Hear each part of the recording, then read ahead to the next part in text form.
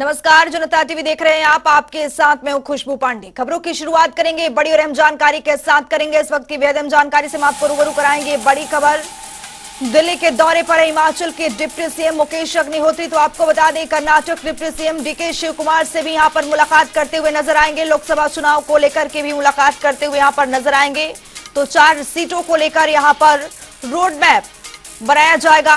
परियोजनाओं का काफी नुकसान हुआ है। डिप्टी सीएम ने केंद्र सरकार से मदद की अपील की है यहां पर। तो ये बड़ी खबर, दिल्ली के दौरे पर हिमाचल के डिप्टी सीएम मुकेश अग्निहोत्री और कर्नाटक के डिप्टी सीएम से मुलाकात करेंगे। यहां पर लोकसभा चुनाव को लेकर मंथन होगा। 4 सीटों को लेकर यहां पर रोड मैप तैयार किया जाएगा। पेयजल परियोजनाओं को काफी नुकसान हुआ है।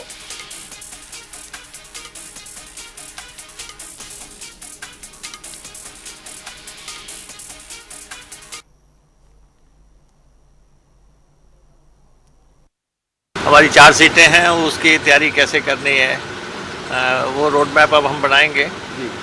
और जो हमारे गारंटीज़ हैं उनको हमने कैसे लागू करना है, कैसे हमने आगे बढ़ना है, और चीफ मिनिस्टर साहब के साथ बैठ के डिस्कस करके बना लेंगे। एक सवाल सर, नरेश अरोड़ा जी से आपने मुलाकात की है। नरेश अरोड़ा जी वो चेहरे हैं जो कर्नाटक चुनाव में बैक द ड्रॉप थे और बड़ी भूमिका निभाई है। चुनाव नज़दीक है और ये मुलाकात के पीछे क्या कारण है? नहीं, देखिए, नरेश अरोड़ा जो मीडिया की दुनिया के अब बेताज बादशाह हैं जी।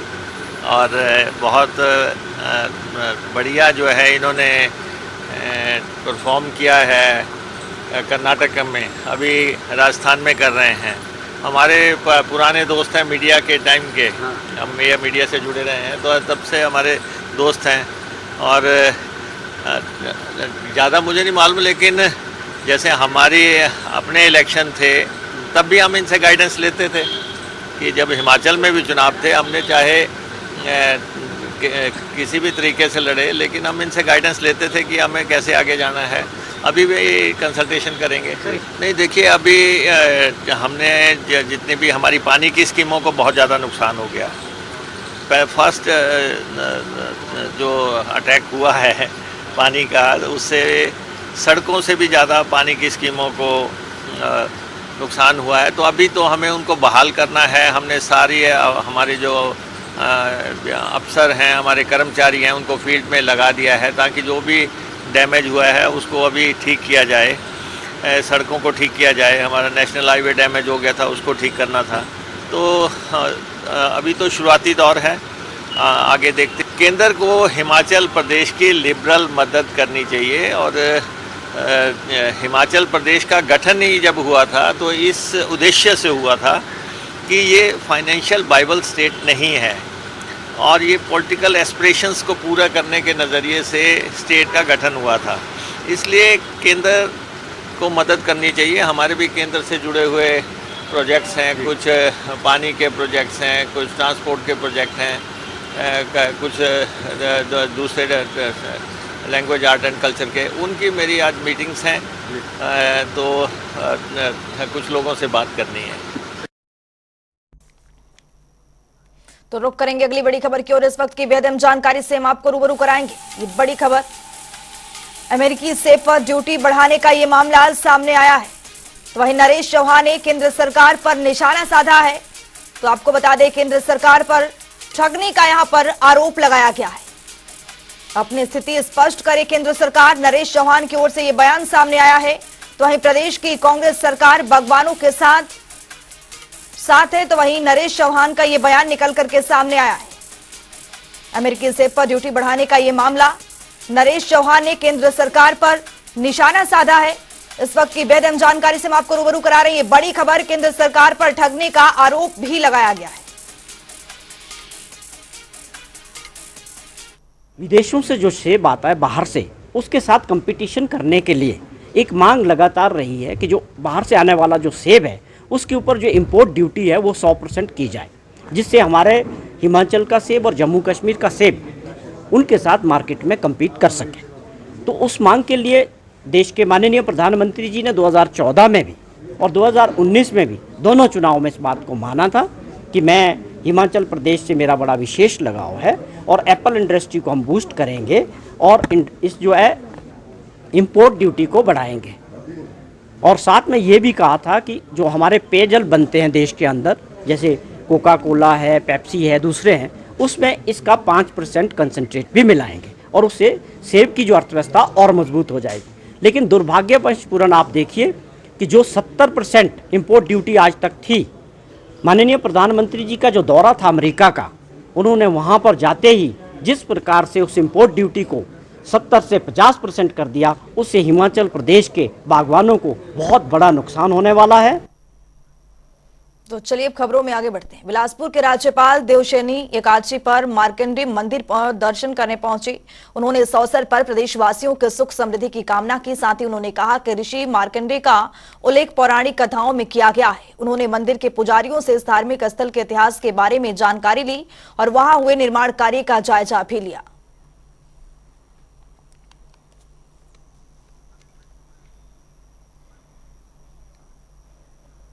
एक और बड़ी खबर की ओर रुख करेंगे। इस वक्त की बेहद अहम जानकारी से हम आपको रूबरू कराएंगे। ये बड़ी खबर, देवभूमि में बारिश ने कहर मचाया है।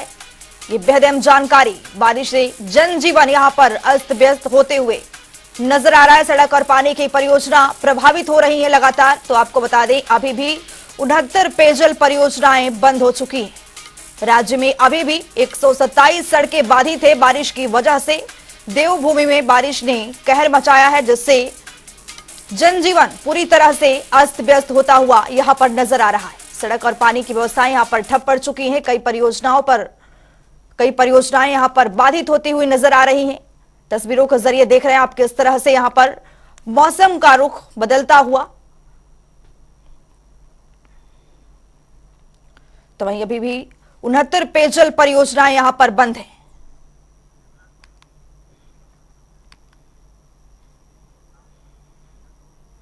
शिमला से हमारे साथ हमारे संवाददाता रॉबिन शर्मा जुड़ चुके हैं। रॉबिन, जिस तरह से यहाँ पर सड़क और पानी की परियोजनाएं प्रभावित नजर आ रही हैं, अभी भी 69 पेयजल परियोजनाएं बंद है, क्या कुछ जानकारी? बिल्कुल, जो मौसम की मार है पूरे प्रदेश में देखने को मिली है। बहुत जो जगह जगह पे सड़कें भी टूटी है। इसके अलावा पेयजल परियोजना पर भी इसका असर देखने को मिला है। आज भी अभी शिमला में यहाँ पर बैठक जारी है। जो मेयर है वो यहाँ पर पानी को लेकर जो है, शिमला में जो पानी की सुविधा है उसको लेकर जो है बैठक लेने वाले हैं।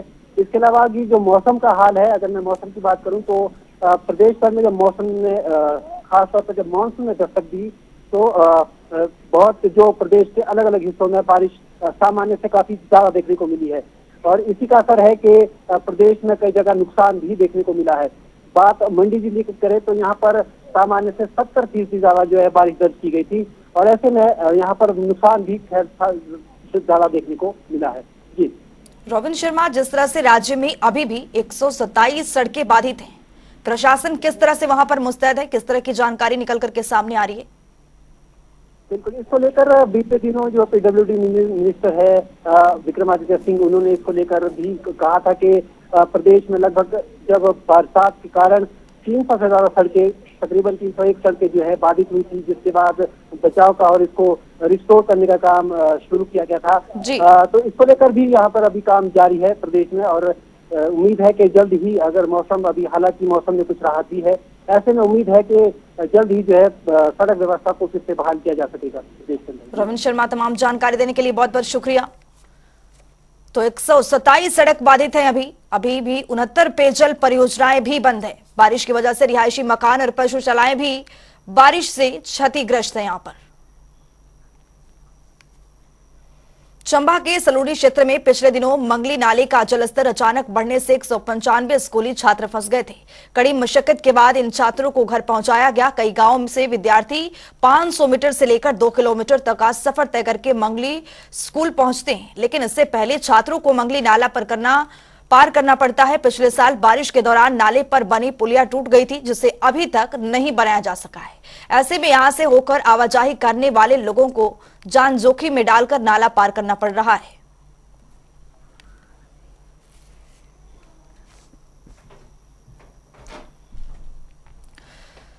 तो लोगों के बीच में सवाल है, ये कब तक पुलिया बनेगा?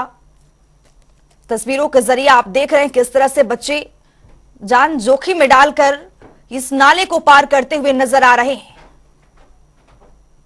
मंगली नाले पर फंसे थे 195 छात्र। तो आपको बता दें 2 किलोमीटर तक का ये सफर छात्र तय करते हैं। पिछले साल ही ये पुलिया टूट गई थी, लेकिन अब तक इस पुल का निर्माण नहीं किया गया। जान जोखिम में डालकर तस्वीरों के जरिए आप देख रहे हैं कड़ी मशक्कत से बाहर निकलते हुए लोग।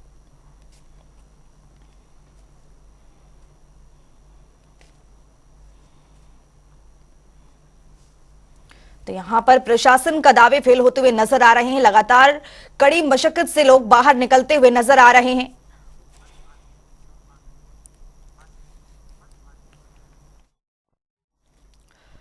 तो हमारे साथ चंबा से हमारे संवाददाता मोहम्मद आशिक जुड़ चुके हैं। मोहम्मद, जिस तरह से मंगली नाले के जलस्तर बढ़ने से पिछले दिनों 195 स्कूली छात्र फंस गए थे, खैर उन्हें निकाल लिया गया है, लेकिन अब इसके नाले से जिस तरह से खतरे की आहट है, क्या कुछ जानकारी है, क्या प्रशासन की क्या कुछ दावे हैं यहाँ पर?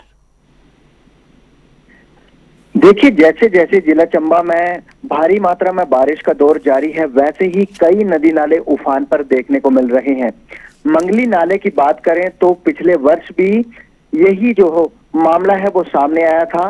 मंगली स्कूल के साथ लगते ना पानी का जलस्तर बढ़ गया था, जिस कारण की स्कूली बच्चों को और स्कूल के जो स्टाफ है उन्हें नाला पार करने में काफी भारी परेशानियों का सामना करना पड़ा है। हालांकि यहाँ पर अभी तक कोई भी जानमाल का नुकसान नहीं हुआ है। पंचायत प्रधान का इस बारे में कहना है कि उन्होंने 3 लाख रुपए की राशि स्वीकृत कर दी है और पुली का निर्माण कार्य भी शुरू कर दिया है। बहुत जल्द पुली बनकर तैयार होगी और बच्चों को और स्कूल के स्टाफ को आने वाले समय में इस तरीके की परेशानी का सामना नहीं करना पड़ेगा। जी बहुत बहुत शुक्रिया मोहम्मद आशिक तमाम जानकारी साझा करने के लिए। तो लगातार उफान पर यह नाला जोखिम में जान डालकर लोग यहां से निकलते हुए पिछले दिनों से 195 बच्चे यहां पर फंसे थे, लेकिन अब वो निकलते हुए नजर आ रहे हैं। हिमाचल में मानसून अपना कहर दिखा चुका है। इस दौरान कई लोगों के उफनती नदियों में डूबने की खबर भी सामने आई है। लिहाजा शिमला पुलिस ने अब कमर कस ली है। मानसून के दौरान डूबने की घटनाओं को रोकने के लिए पुलिस रिवर गार्ड तैनात करने का प्लान बनाया है। क्या है पूरी योजना, इस खास रिपोर्ट के जरिए देखिए। हिमाचल प्रदेश के शिमला में मानसून के दौरान क्षेत्र में डूबने की घटनाओं को रोकने के लिए शिमला पुलिस रिवर गार्ड्स तैनात करेगी। इस पर बोलते हुए शिमला के पुलिस अधीक्षक संजीव गांधी ने कहा कि अतीत की घटनाओं को ध्यान में रखते हुए पुलिस गार्ड तैनात करेगी। सर, हम जानना चाहेंगे पिछले 2-3 दिनों से जो रिवर बैंक्स पे हैं कुछ लोग ड्राउनिंग के मामले आए हैं, शिमला पुलिस ने क्या डिसीजन लिया है? कोई रेंजर्स डिप्लॉय किए जाएंगे? हाँ, अभी जो ड्राउनिंग के इंसिडेंट्स हो रहे हैं उनका हमने पूरा डाटा स्टडी किया। पिछले 5 सालों में लगभग इस तरह का जो डाटा हमारे सामने आया जिसमें कि 100 से ज़्यादा लोग शिमला डिस्ट्रिक्ट में ड्राउनिंग से जिनकी डेथ हुई है। इस चीज़ को ध्यान में रखते हुए अभी हम रिवर गार्ड्स को तैनात करेंगे मानसून सीज़न में और अच्छे साइनेजेस, क्लियर साइनेजेस लगाएंगे जहाँ पे बिल्कुल क्लियर हो कि जिन नदी के तटों पे नहीं जाना चाहिए, क्योंकि जैसे जैसे मानसून बढ़ रहा है तो शिमला डिस्ट्रिक्ट की नदियों का जलस्तर भी बढ़ रहा है और पहाड़ों में जो नदियों का पानी का बहाव होता है बहुत तीव्र होता है, तो लोग आकर्षित हो जाते हैं, युवा खास करके आकर्षित हो जाते हैं नदियों की तरफ और उसके बाद वो मैनेज नहीं कर पाते हैं और डूब जाते हैं, बह जाते हैं। इन सब परिस्थितियों को बचाने के लिए हमने रिवर गार्ड्स का एक कंसेप्ट लेके आ रहे हैं शिमला डिस्ट्रिक्ट में, जिसमें कि मोबाइल व्हीकल्स और मोटरसाइकिल्स पे जो है वो हम ऐसे पॉइंट्स पे लोग अपने पुलिस और होमगार्ड्स को तैनात करेंगे जहाँ की पास्ट हिस्ट्री ऐसी है कि जहाँ पे लोग डाउन होते हैं। खासकर कौन से वनरेबल एरिया? हमारे खास तौर पर जो है वो रोडू, जुब्बल और रामपुर के जो सुन्नी के क्षेत्र है, यहाँ पे डाउनिंग के इंसिडेंट्स जो है सबसे ज़्यादा होती हैं और यहीं पे हमारा ज़्यादा थ्रस्ट रहेगा। क्या पुलिस को अलर्ट कर दिया है इन रीजन में, क्योंकि IMD ने फिर से हैवी रेन का फोरकास्ट किया? बिल्कुल सभी जो DSPs, SDPOs और SHOs हैं, हमने सबको प्रॉपर डायरेक्शन दी है कि वो क्लोज वॉच बना के रखें इन क्षेत्रों में ताकि लोग नदी के तटों पर ना जाएँ और ड्राउनिंग के इंसिडेंट्स हम बचा जा सके।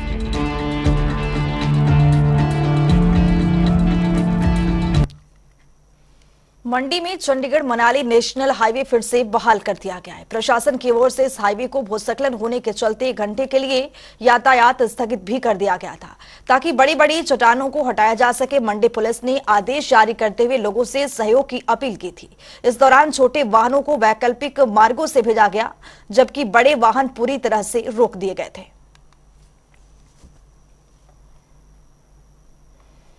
हिमाचल के कुल्लू जिले में आने से श्रीखंड महादेव धार्मिक यात्रा के लिए माता अंबिका की छड़ी यात्रा रवाना की गई। देश भर के साधु महात्मा और देवी देवता माता अंबिका श्रीखंड छड़ी लेकर यात्रा पर निकल गए हैं। जूना अखाड़ा, हरिद्वार, काशी, बरेली, यमुनानगर से सैकड़ों साधु संत हर साल गुरु पूर्णिमा के दिन श्रीखंड महादेव कैलाश के दर्शन करते हैं।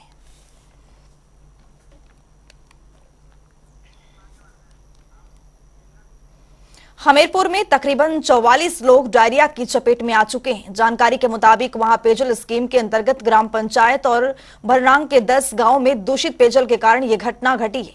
हालांकि बीएमओ टोड़ी देवी की टीम ने प्रभावित गांवों का दौरा किया है और लोगों को एहतियात बरतने की सलाह भी दी है। वहीं पानी के सैंपल भी जांच के लिए भेज दिए गए हैं।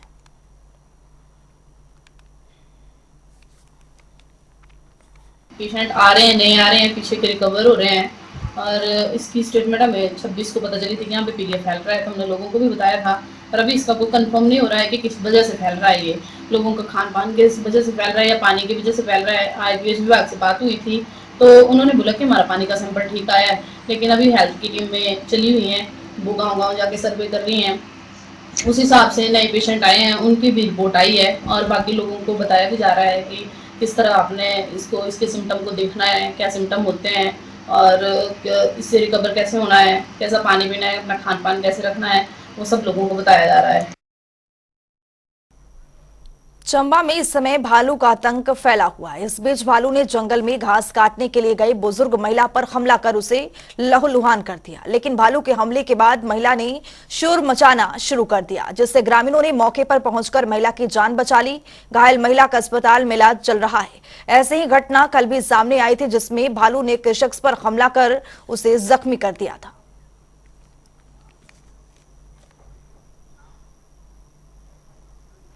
किन्नौर के काफनू यांगपा लिंक रोड पर एक कार गहरे नाले में जा गिरी। इस हादसे में एक महिला की मौत हो गई है, जबकि कार चालक समेत 5 लोग घायल हो गए हैं। घायल लोगों में 4 महिला शामिल है। फिलहाल पुलिस इस दुर्घटना की छानबीन कर रही है।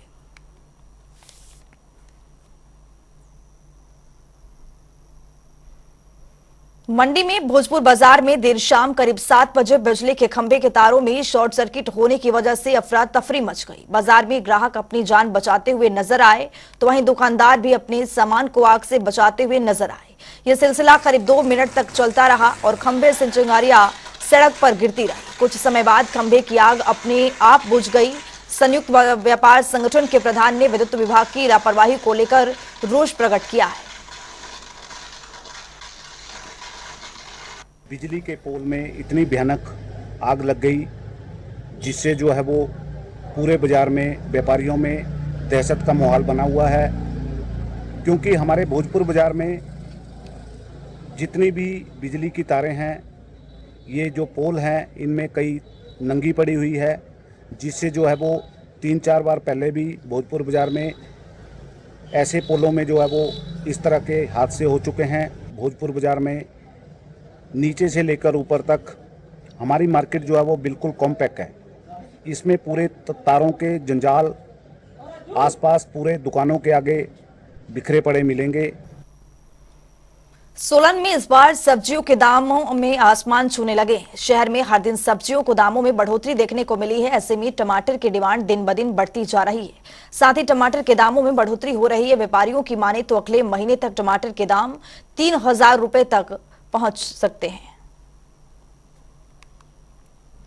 टमाटर जो है 500 रुपए से लेके 1800 रुपए के रेट तक बिका है। चाल की वजह यह है कि जो हमारे नदियों में खड में माल होते थे वो इस साल नहीं लगे और लोगों ने बीन में ज्यादा ध्यान दिया। टमाटर कम होने की वजह से मार्केट में डिमांड ज्यादा है। किसानों को कि बढ़िया माल लाए, लोग नीचे से आ रहे हैं। टमाटर जो है 3000 को भी छुएगा इस साल। का भी ब्याज यही है 1000 से 1200 रुपये 1300 रुपये ऐसे चल रहा है। नहीं, शॉर्टेज है भी है, थोड़ा सा घूमने भी आए, देखते हैं क्या ब्याज वगैरह सही रेट मिलती है तो। प्रदेश भर में ऑनलाइन फ्रॉड के मामले दिन ब दिन बढ़ते जा रहे हैं, तो वहीं चंबा में अब तक 16 लोगों के खिलाफ साइबर क्राइम के तहत मामला दर्ज किया जा चुका है। ऑनलाइन फ्रॉड समेत अन्य गतिविधियों के लिए विभिन्न सिम कार्ड्स के इस्तेमाल की आशंका जताई जा रही है।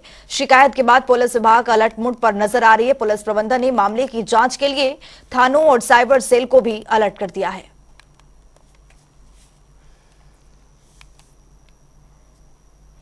पांवटा साहिब में बारिश में जलभराव की समस्या से छुटकारा दिलाने में निगम फेल साबित हो रहा है। इस साल भी बारिश के दिनों में चहलकम और चौक चौराहे पर जलभराव की समस्या शुरू हो गई है, जिससे लोगों को दिक्कतों का सामना करना पड़ रहा है। इस समय को देखते हुए एसडीएम ने नगर परिषद के साथ बैठक की और नया मास्टर प्लान तैयार किया है। इस प्लान के तहत एसडीएम ने शहर की सभी नालियों की सफाई कराने के आदेश भी दिए हैं। साथ ही सफाई कर्मचारियों को सख्त निर्देश दिए हैं कि सफाई करते समय किसी भी तरह की लापरवाही ना की जाए। बैठक एक हमारे स्तर पे भी हो चुकी है और एक हमारे माननीय उपायुक्त महोदय के स्तर पे भी हो रही है, जिसमें कि क्लियर निर्देश दिए गए थे कि जो आपकी नालियाँ हैं और आपकी जो इस तरह के पॉइंट्स हैं जो हर साल जिसमें वाटर लॉगिंग होती है, बारिश के कारण जमाव होता है, उसको साफ़ किया जाए ताकि हमारा इस बार वो दिक्कत ना रहे। और वो आदेश तो हमने पारित कर दिए थे, बट उसमें ये थोड़ा सा देखने में आ रहा है कि अभी उसमें कुछ कमी है। उसमें दोबारा रिवाइव करके हम दोबारा से एक बार बात एमसी ऑफिस से करते हैं। मंत्री विक्रमादित्य सिंह ने शिमला के सर्कुलर रोड का दौरा किया। इस दौरान उन्होंने अधिकारियों को राजधानी शिमला में सड़कों को चौड़ा कराने के निर्देश भी दिए ताकि लोगों को जाम से निजात मिल सके। शहर में बढ़ती जाम की समस्या को खत्म करने के लिए सरकार रणनीति बनाने में जुटी हुई है।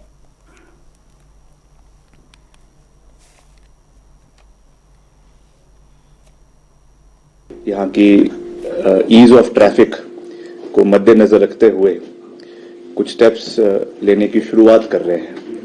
हमारे माननीय मुख्यमंत्री जी आदरणीय सुखू जी की भी ये सोच है और सभी हमारे माननीय जो लोकल विधायक है शिमला शहर के हरीश नाठा जी और हम सब की जिला प्रशासन की ये एक सोच है कि Shimla is the administrative political tourist capital of the state और हर पर्सपेक्टिव से शिमला शहर एक बहुत महत्वपूर्ण जो है वो राज्य का राजधानी है और यहाँ पे ईज ऑफ ट्रैफिक होना हम सब के लिए बहुत महत्वपूर्ण है।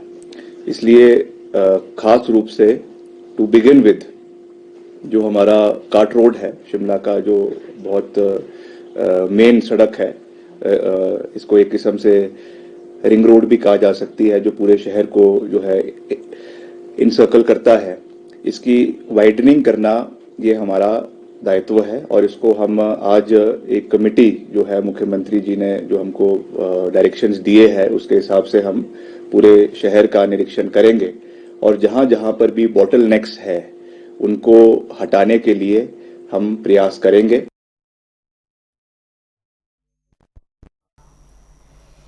एक और जहां हमारी संस्कृति गौ है तो वहीं दूसरी ओर भूमि हमारी प्रकृति है। इसे शुद्ध और स्वच्छ रखने के लिए राष्ट्रीय स्वयंसेवक संघ के गौ सेवा विंग ने देश भर में इसकी पहल की है। इसी कड़ी में आरएसएस के अखिल भारतीय गौ सेवा प्रशिक्षण प्रमुख 20 से 30 जून तक हिमाचल के विभिन्न जगहों पर लोगों को जागरूक करने का काम कर रहे हैं ताकि आने वाले समय में देशी नस्ल की गौ और गौ आधारित खेती को बढ़ावा मिल सके। हिमाचल प्रदेश के 7 विभागों में प्रवास चल रहा है। ये जो है सारे हिमाचल प्रदेश में इन विभाग केंद्रों पर एक दिन का एक दिवसीय प्रशिक्षण एवं बैठक ले रहे हैं, जिसमें अपनी स्वदेशी जो गऊ है या हिमाचली पहाड़ी गऊ, इसके विषय में इसके पालने के लक्ष्य और उद्देश्य और हम इसका उपयोग किस प्रकार से अपने जीवन में कर सकते हैं। तो हिमाचल में संरक्षित होगी गौ और भूमि। प्रदेश सरकार की पहल गौ आधारित खेती को भी बढ़ावा मिलेगा यहां पर। तो वही आपको बता दें, प्राकृतिक खेती के साथ भूमि संरक्षण किया जाएगा। गौ और भूमि संरक्षण की ओर ये कदम बढ़ता हुआ राष्ट्रीय स्वयंसेवक संघ ने यह पहल की है, जिससे देश भर में गौ सेवा विंग की जागरूकता फैलाई जाएगी।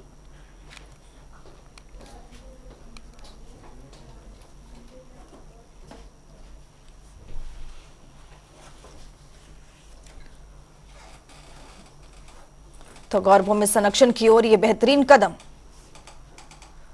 राष्ट्रीय स्वयंसेवक संघ की ये पहल और ये लगातार गौ सेवा में अग्रसर होते हुए हिमाचल में मॉनसून की पहली बारिश ने तबाही का वो मंजर दिखाया जिसे देखकर कोई हैरान रह गया है। इसका असर पर्यटकों की संख्या पर भी दिख रहा है। इस रिपोर्ट में देखिए कि चढ़ते मॉनसून में घटते पर्यटन की ये विशेष रिपोर्ट। जैसे जैसे मैदानी इलाकों में गर्मी बढ़ती है, लोग हिमाचल के पहाड़ों की ओर रुख करते हैं। पिछले कुछ दिनों में हिमाचल के पहाड़ी इलाकों में भारी बारिश हो रही है। ऐसे में हिमाचल पर्यटन विभाग ने बड़ा फैसला लेते हुए पर्यटकों की होने वाली बुकिंग को रद्द करने का निर्णय लिया है।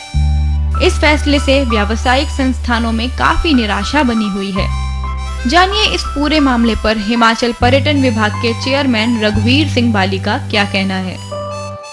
सबसे पहले तो हम ये बताना चाहेंगे कि हम लोगों ने एक एडवाइजरी अपने डिपार्टमेंट्स को भी भेजी है।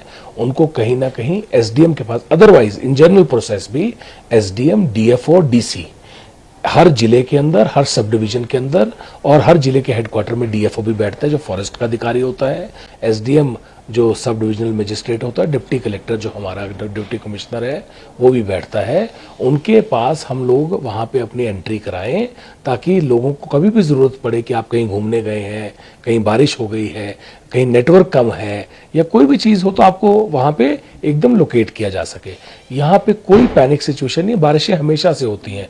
जो फोटोग्राफ्स आप देख रहे हैं वो आपने ज़रूर, यहाँ पे ऐसा नहीं है कि कोई रोड्स भी डैमेज हुई हैं, पहले भी हुई हैं। बारिश से आप रोक नहीं सकते, रोड्स डैमेज होती हैं कई बार, पर उनको बना लिया जाता है। अभी जितनी रोड्स आप बता रहे हैं या जो रोड्स के बारे में आ रहा है, जो मीडिया में मैंने भी पढ़ा, वो गाँव की रोड्स हैं जो बारिश के कारण डैमेज हुई हैं। स्टेट हाईवेज की रोड जितनी भी हैं वो अभी चल रही हैं, सारी की सारी में ट्रैफिक ऑन है, कहीं भी ट्रैफिक जाम नहीं है।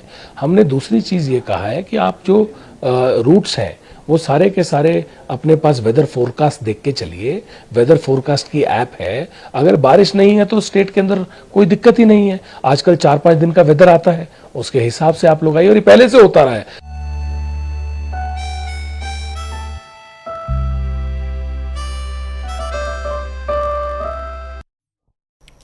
तो रुकेंगे यहाँ पर छोटे से ब्रेक के लिए। देखते रहिए जनता टीवी।